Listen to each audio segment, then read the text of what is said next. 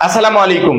HSC 2026 সালের পরীক্ষার্থীরা, finally আমরা এইচএসসি 26 ব্যাচের সাজেশন আপলোড কিন্তু শুরু করে দিয়েছি। প্রথম সাবজেক্টের আমরা সাজেশন অলরেডি আপলোড করে ফেলেছি, বাংলা প্রথম পত্র। তোমাদের বারবার করে রিকোয়েস্ট ছিল যে ভাই আমাদের কয়েকদিন পর পরীক্ষা, সাজেশনগুলো একটু দ্রুত আপলোড করলে সবচেয়ে বেটার হয়। আমরা এইচএসসি 26 নিয়ে এতদিন কাজ করছিলাম, ওদের কাজ শেষ, এখন ফুল ফোকাস আমাদের এইচএসসি 26 ব্যাচের উপর।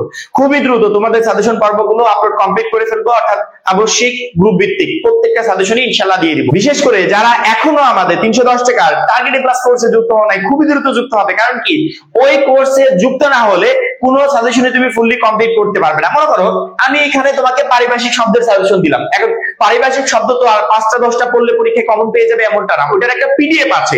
ওই পিডিএফ তো এই টোটাল বোর্ডে লিখে তোমাকে দেওয়া সম্ভব না, বা যারা তোমাকে দিবে তারা হয়তো গাইডলাইন দিবে যে এইভাবে এইভাবে পড়ো, এরকম পড়লে কমন আসবে। কিন্তু আমরা পারিভাষিক শব্দ নিয়ে একটা পিডিএফ রেডি করেছি, যে পিডিএফ গুলো কমপ্লিট করলে পারিভাষিক শব্দ ওইখান থেকে ইনশাআল্লাহ কমন আসবে, একটাও মিস হবে না। ওই পারিভাষিক শব্দগুলো তোমাকে পড়তে হলে আমাদের 310 টাকার যে কোর্সটা আছে ওখানে যুক্ত হতে হবে। কারণ কি, পিডিএফ আকারে টোটাল পারিভাষিক শব্দ বিগত 5 বছর প্লাস 2026 সালের জন্য সবচেয়ে গুরুত্বপূর্ণ, সবকিছু সুন্দর করে গুছিয়ে পারিভাষিক শব্দের অংশে দেওয়া আছে। মনে করো অনুবাদ আমি তোমাকে কয়েকটা দিয়েছি, এখন অনুবাদের তোমার অ্যান্সার দরকার না, শুধুমাত্র প্রশ্ন পেলে কি তুমি পড়তে পারবে। এই অ্যান্সার গুলো আমরা এখানে পিডিএফ আকারে দিয়ে দিব, অর্থাৎ যা কিছু প্রয়োজন একটা পরীক্ষায় A+ কনফার্ম করার জন্য সবকিছু এখানে পিডিএফ আকারে থাকবে। যারা এখনো কোর্সে যুক্ত হও নাই, উপরে যে নাম্বারটা দেওয়া আছে এই নাম্বারে 310 টাকা সেন্ড মানি করে এই নাম্বারে হোয়াটসঅ্যাপে আমাকে জানাবে সেন্ড মানি করেছি, সাথে সাথে তোমাকে গ্রুপে যুক্ত করে নিব, তখন থেকে তোমার এই ক্লাস প্রস্তুতি শুরু হয়ে যাবে। আজকে আমরা বাংলা দ্বিতীয় পত্রের ফাইনাল সাজেশনটা দিয়ে দিব, যেই সাজেশনটা তুমি কলেজ পরীক্ষাগুলো প্লাস বোর্ড পরীক্ষা দুইটাতেই কাজে লাগাতে পারবে। কারণ কি, কলেজ পরীক্ষাগুলো হচ্ছে ফাইনাল পরীক্ষার আগে একটা অবশ্যই ফাইনাল, অর্থাৎ ফাইনাল পরীক্ষার জন্য আমি কতটুকু প্রস্তুত এই প্রিপারেশনটা যাচাই করবে কলেজের এই পরীক্ষাগুলো। এই জন্য আমরা কলেজ পরীক্ষাগুলোতে বেস্ট একটা রেজাল্ট করার চেষ্টা করব, সেই ধারাবাহিকতায় ফাইনাল পরীক্ষাতেও একটা বেস্ট রেজাল্ট করার চেষ্টা করব। প্রথমত আমরা যদি দেখি বাংলা দ্বিতীয় পত্রে আমাদের দুইটা পার্ট আছে, একটা হচ্ছে ব্যাকরণ অংশ, একটা হচ্ছে নির্মিত অংশ। ব্যাকরণ অংশে 30 নাম্বার থাকবে এবং নির্মিত অংশে থাকবে 70। আমাদের ব্যাকরণ অংশের সাজেশনে থাকবে যে সাজেশন থেকে তুমি 100% প্রশ্ন কমন পাবে, নির্মিত অংশ সাজেশনে থাকবে যেখান থেকে তোমার প্রশ্ন কমন আসবে, অর্থাৎ প্রশ্ন মিস হওয়ার কোনো সম্ভাবনা নাই। কারণ আমরা বিগত 5 বছরের বোর্ড কোশ্চেন অ্যানালাইসিস করে এবং 2026 সালের জন্য সবচেয়ে যে গুরুত্বপূর্ণ বিষয়গুলো আছে সেগুলো মিলিয়ে সাজেশনটা রেডি করেছি যাতে প্রশ্ন মিস না হয়। ব্যাকরণ অংশে আমাদের প্রশ্ন থাকবে 1 নম্বরে বাংলা উচ্চারণের নিয়ম, 2 নম্বরে বাংলা বানানের নিয়ম, 3 নম্বরে বাংলা ভাষার ব্যাকরণিক শব্দ শ্রেণী, 4 নম্বরে বাংলা শব্দ গঠন, উপসর্গ, সমাস এবং প্রত্যয় আছে, আমি ওটাকে স্কিপ করলাম। উপসর্গ এবং সমাস পড়লেই আমাদের জন্য যথেষ্ট। 5 নম্বর বাক্যতত্ত্ব, 6 নম্বরে বাংলা ভাষার অপপ্রয়োগ, শুদ্ধ প্রয়োগ, 7 নম্বরে আমাদের পারিভাষিক শব্দ অনুবাদ থাকবে, তুমি যে কোনো একটা অ্যানসার করতে পারবে। 8 নম্বরে দিনলিপি প্রতিবেদন থাকবে, যে কোনো একটা অ্যানসার করতে পারবে। 9 নম্বরে বৈদ্যুতিন চিঠি আবেদনপত্র থাকবে, যে কোনো একটা অ্যানসার তুমি করতে পারবে। 10 নম্বর সারাংশ এবং ভাব সম্প্রসারণ থাকবে, যে কোনো একটা অ্যানসার তুমি করতে পারবে, অর্থাৎ দুইটাই আসবে, যে কোনো একটা অ্যানসার তুমি করতে পারবে। 11 নম্বরে সংলাপও থাকবে, ক্ষুদে গল্প থাকবে, যে কোনো একটা অ্যানসার তুমি করতে পারবে। 12 নম্বরে প্রবন্ধ রচনা থাকবে, যে কোনো একটা অ্যানসার তুমি করতে পারবে।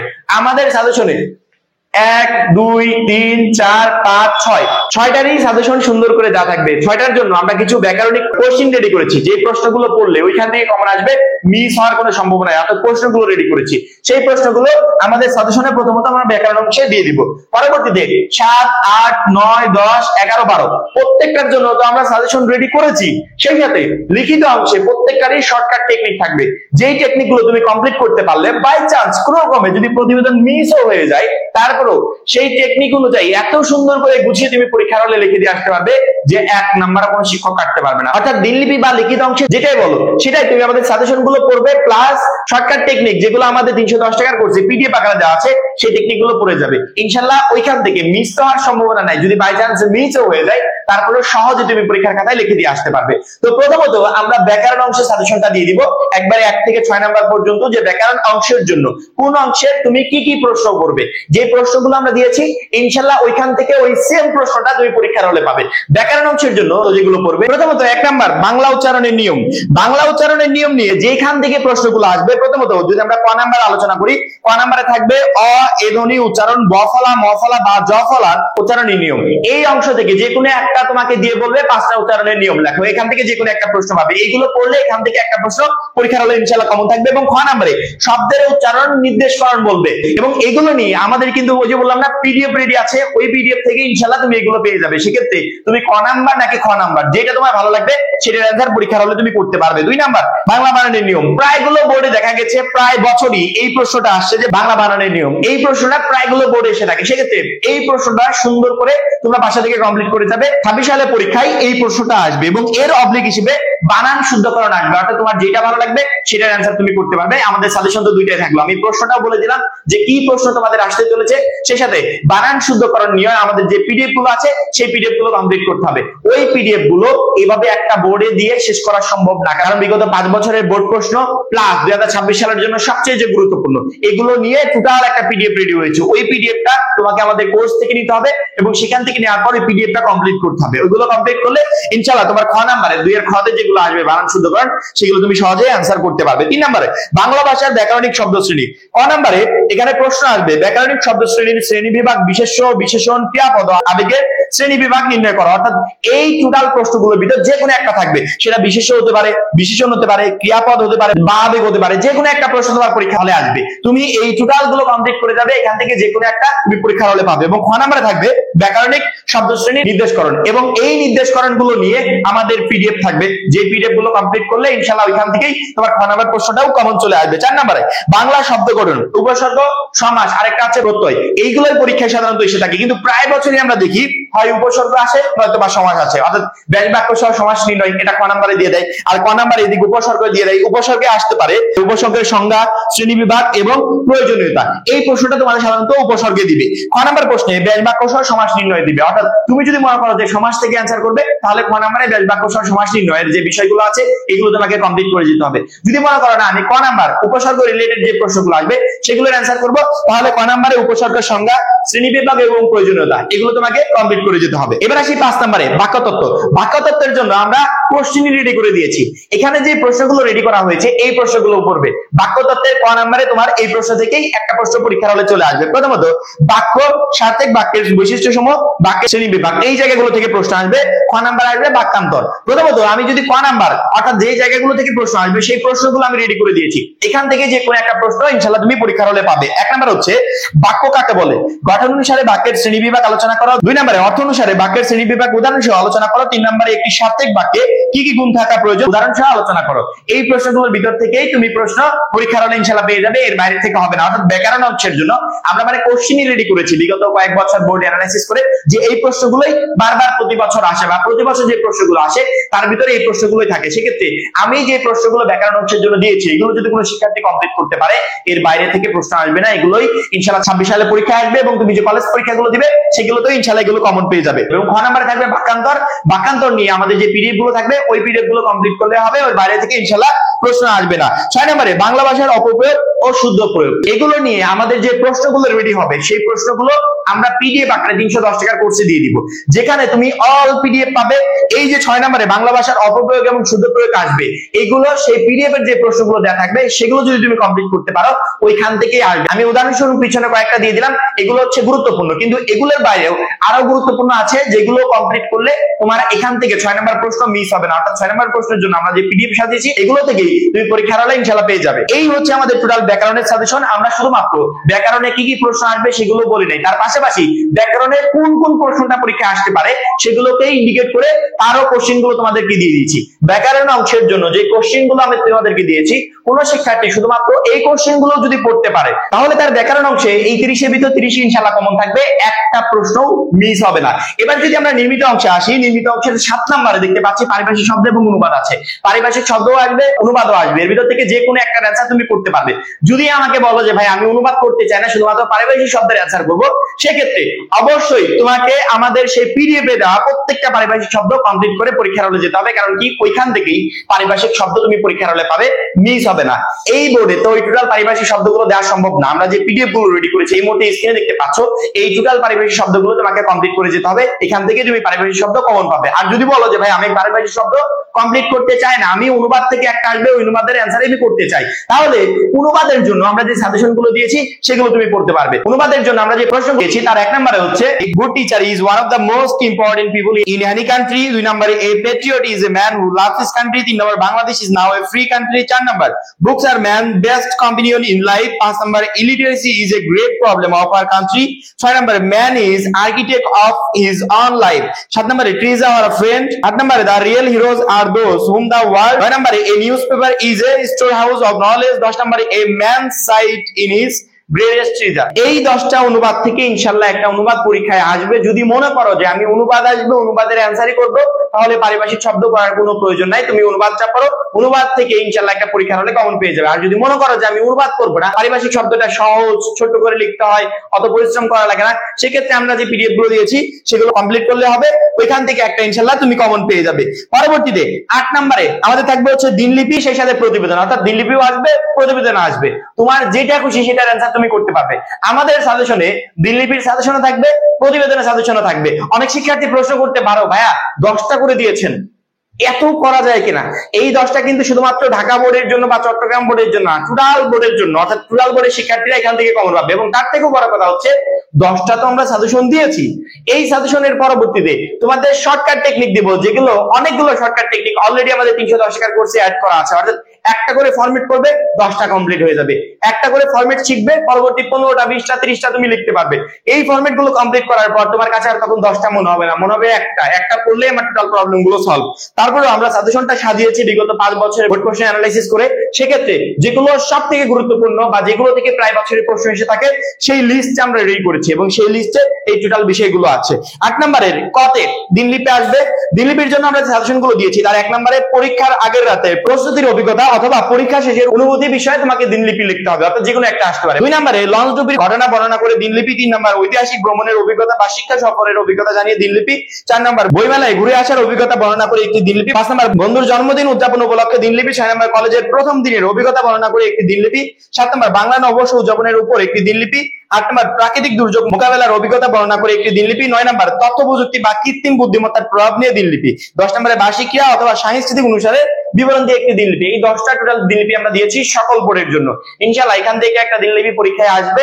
তারপরও আমাদের শর্টকাট প্রসেস যদি কোনো শিক্ষার্থী কমপ্লিট করে যে দিনলিপি লেখার নিয়মটা কি, একটা কমপ্লিট করলে 10টা আর আলাদা আলাদা করে পড়তে হবে না, একটা দিয়ে তোমার টোটাল প্রবলেম গুলো সলভ হয়ে যাবে। 8 নম্বরের খতে আমাদের আরেকটা প্রশ্ন আসবে, সেটা হচ্ছে প্রতিবেদন। অবশ্যই ইম্পর্টেন্ট জিনিস প্রতিবেদন। আচ্ছা বলো তো প্রতিবেদন কয় প্রকার?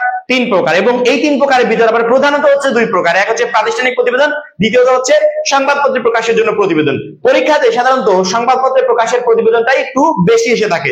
যেহেতু সংবাদপত্রে প্রকাশের জন্য প্রতিবেদনটা বেশি আসে, সেক্ষেত্রে আমরা আমাদের সাজেশনে যে প্রতিবেদনগুলো দিয়েছি এগুলো পড়লেই হবে। প্রতিবেদন আবার 2 ধরনের, অর্থাৎ সংবাদপত্রে প্রকাশের প্রতিবেদন 2 ধরনের। এক হচ্ছে আমি একজন সুনাগরিক হিসেবে কোনো একটা নির্দিষ্ট পত্রিকায় প্রকাশের জন্য একটা প্রতিবেদন লিখছি। 2 নম্বর হচ্ছে আমি একজন রিপোর্টার, নির্দিষ্ট কোনো একটা পত্রিকার আমার নিজের পত্রিকায় প্রকাশের জন্য একটা প্রতিবেদন লিখছি। এই 2 কোয়ালিটির প্রতিবেদন তোমাদের কমপ্লিট করতে হবে।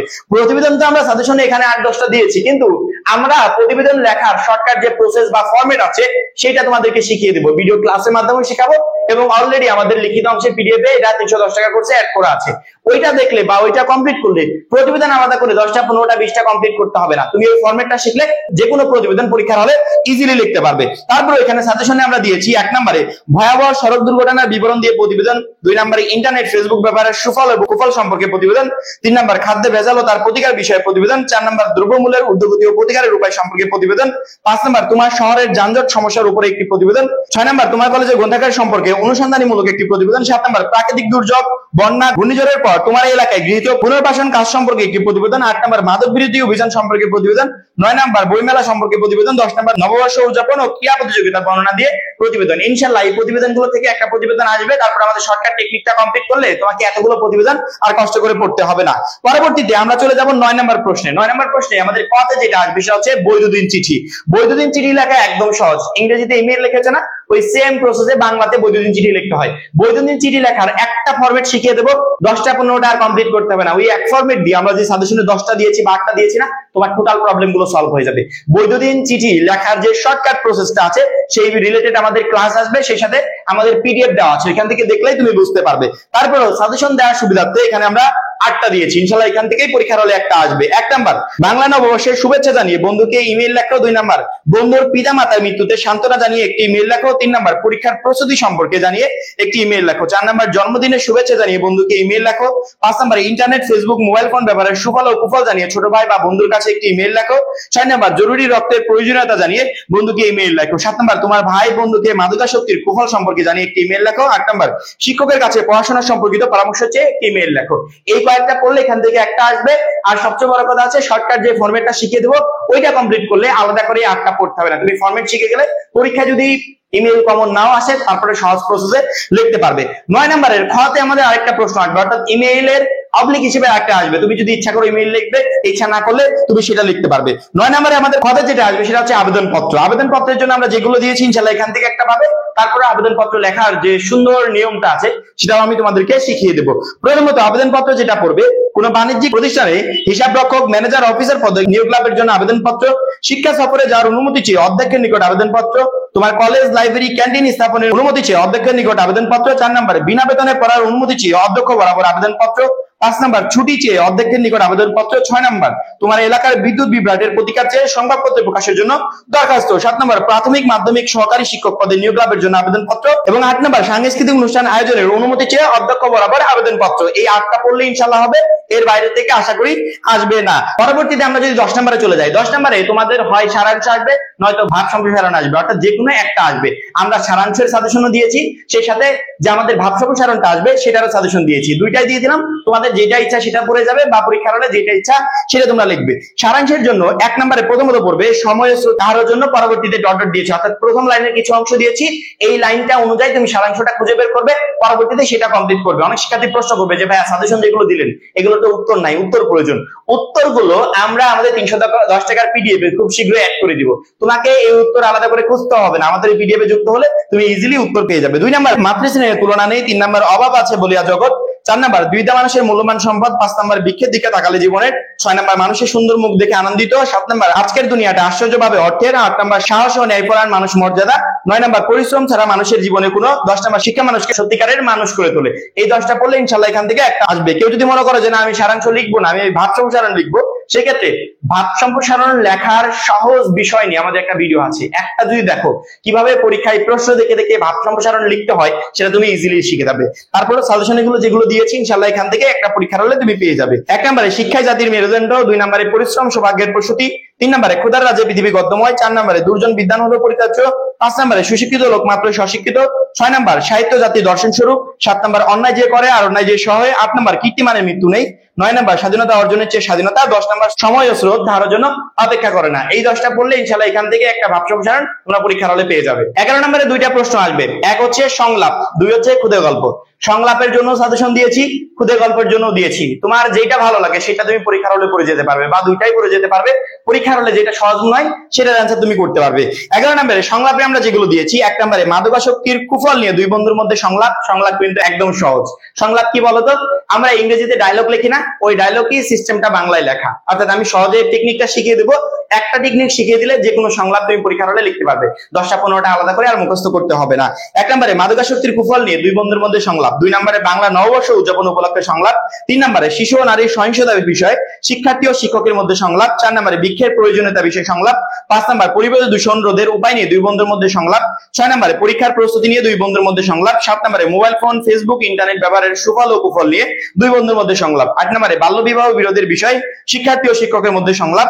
9 নম্বরে কম্পিউটার ইংরেজি শিক্ষার প্রয়োজনীয়তা বিষয় সংলাপ। 10 নম্বরে নিরাপদ সড়ক চাই, সড়ক দুর্ঘটনা বিষয় সংলাপ। এগুলো পড়লে ইনশাআল্লাহ এখান থেকে একটা পরীক্ষার হলে চলে আসবে। এবং 11 খতে যেটা আছে সেটা হচ্ছে ক্ষুদে গল্প। ক্ষুদে গল্প টেকনিকও শিখিয়ে দিব, তারপর সাজেশনে যেগুলো দিয়েছি ইনশাআল্লাহ এখান থেকে একটা পরীক্ষার হলে চলে আসবে। 1 নম্বর হচ্ছে রক্তদানের পুণ্য শিরোনামে ক্ষুদে গল্প। 2 নম্বর সততার পুরস্কারের শিরোনামে ক্ষুদে গল্প। 3 নম্বর ঐক্যের শক্তি বিভক্তিতে দুর্বলতা শিরোনামে ক্ষুদে গল্প। 4 নম্বর লোভে পাপ পাপে মৃত্যু শিরোনামে ক্ষুদে গল্প। 5 নাম্বার আমার শৈশব স্মৃতি বিষয়ে ক্ষুদে গল্প, 6 নাম্বার মানুষ মানুষের জন্য শিরোনামে ক্ষুদে গল্প, 7 নাম্বার শব্দ দূষণ পানি দূষণ শিরোনামে ক্ষুদে গল্প, 8 নাম্বার প্রতিবন্ধী শিশুদের শিরোনামে ক্ষুদে গল্প, 9 নাম্বার বিপদে বন্ধুর পরিচয় শিরোনামে ক্ষুদে গল্প, 10 নাম্বার স্বনির্ভরতার জন্য চাই ইচ্ছা শক্তি শিরোনামে ক্ষুদে গল্প। এই 10টা পড়লে ইনশাআল্লাহ এখান থেকে একটা ক্ষুদে গল্প তোমরা পরীক্ষার হলে পেয়ে যাবে। 12 নাম্বার সবচেয়ে ইম্পর্টেন্ট যেটা সেটা হচ্ছে রচনা। একটা কমন পড়লে আমরা খুশি, কমন না পড়লে আমরা খুশি হতে পারি না। কিন্তু আমরা আমাদের সাজেশনে যে রচনাগুলো দিয়েছি এখান থেকে শুধুমাত্র একটা না কয়েকটা রচনা তুমি কমন পাবে। আমি যদি 10টা রচনার পরিবর্তে এখান থেকে 5টা দিতাম তারপরে কিন্তু তুমি পরীক্ষা হলে কমন পেতে। তারপরে আমি 10টা দিয়েছি। যদি মনে করো ভাইয়া 1 থেকে 5 পর্যন্ত পড়বো পরবর্তীতে আর পড়তে চায় না, কোনো প্রবলেম নাই, 1 থেকে 5 পর্যন্ত পড়লে এখান থেকে কমন পেয়ে যাবে। কেউ যদি মনে করো ভাইয়া 5 থেকে 10 পর্যন্ত পড়বো অন্যগুলো পড়তে চায় না, 5 থেকে 10 পর্যন্ত পড়লে এখান থেকে কমন পেয়ে যাবে। আর যদি মনে করো 1 থেকে 10 পর্যন্ত পড়বো তাহলে যে কয়টা রচনা পরীক্ষায় আসবে প্রত্যেকটাই তোমার কমন থাকবে। 1 নাম্বার কৃষিকাজে বিজ্ঞান, 2 নাম্বার বাংলাদেশের পর্যটন, 3 নাম্বার কম্পিউটার, 4 নাম্বার অধ্যবসায়, 5 নাম্বার স্বদেশ প্রেম, 6 নাম্বার মানব কল্যাণে বিজ্ঞান, 7 নাম্বার পরিবেশ দূষণ বা বৈশ্বিক উষ্ণায়ন, 8 নাম্বার মাদকাসক্তি, 9 নাম্বার নারী শিক্ষা, 10 নাম্বার কৃত্রিম বুদ্ধিমত্তা অর্থাৎ এআই। আমি কিন্তু এই এআইটা বর্তমানে যে ব্যাপক আকারে জনপ্রিয় আমি প্রত্যেকটা রাইটিং পার্টের সাইডে অ্যাড করেছি একবার করে। সেক্ষেত্রে এআই রিলেটেড ইনফরমেশন গুলো মাথায় নিয়ে যাবে যদি এখান থেকে প্রশ্ন আসে, যাতে সহজে তুমি লিখতে পারো। এবং এই টোটাল যে আমরা নির্মিত অংশের সাজেশন গুলো দিলাম ইনশাআল্লাহ আমাদের সাজেশন থেকে কমন আসবে।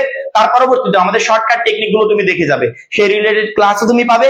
এবং প্রত্যেকটা সাজেশনের পিডিএফ বলো বা শর্টকাট প্রসেসের পিডিএফ বলো বা আমাদের গ্রামার অংশ অর্থাৎ ব্যাকরণ অংশের যে পিডিএফ গুলো আছে টোটাল পিডিএফ গুলো আমাদের 310 টাকার কোর্সে অ্যাড করা আছে। তুমি ওই কোর্সে যুক্ত হলে এভরিথিং পেয়ে যাবে। আর যেই বিষয়গুলোর উত্তর তোমাদের কাছে থাকবে না সেই উত্তরগুলো আমরা সুন্দর করে পিডিএফ রেডি করে 310 টাকার কোর্সে অ্যাড করে দিব। অর্থাৎ একটা কোর্সে যুক্ত হলে তোমাকে একটা বিষয় নিয়েও টেনশন করতে হবে না এবং এই টেনশন ফ্রি থাকবে তুমি একবারে ফাইনাল পরীক্ষা পর্যন্ত। তোমার ফাইনাল পরীক্ষা শেষ হবে তখন আমরা কোর্সটা অফ করে দিব। অর্থাৎ ফাইনাল পরীক্ষা শেষ হওয়ার আগ পর্যন্ত এই 310 টাকায় তুমি টোটালি কন্টিনিউ করতে পারবে। আশা করি প্রত্যেকটা শিক্ষার্থী বুঝতে পেরেছো। এখন এই পর্যন্ত, পরবর্তী ভিডিওর জন্য অবশ্যই চ্যানেলটাকে সাবস্ক্রাইব করে রাখবে। যারা এখনো আমাদের এইচএসসি 26 টার্গেটেড পাস কোর্সে যুক্ত হয়নি খুবই দ্রুত যুক্ত হয়ে যাবে। সবাই ভালো থাকবে, সুস্থ থাকবে, আল্লাহ হাফেজ।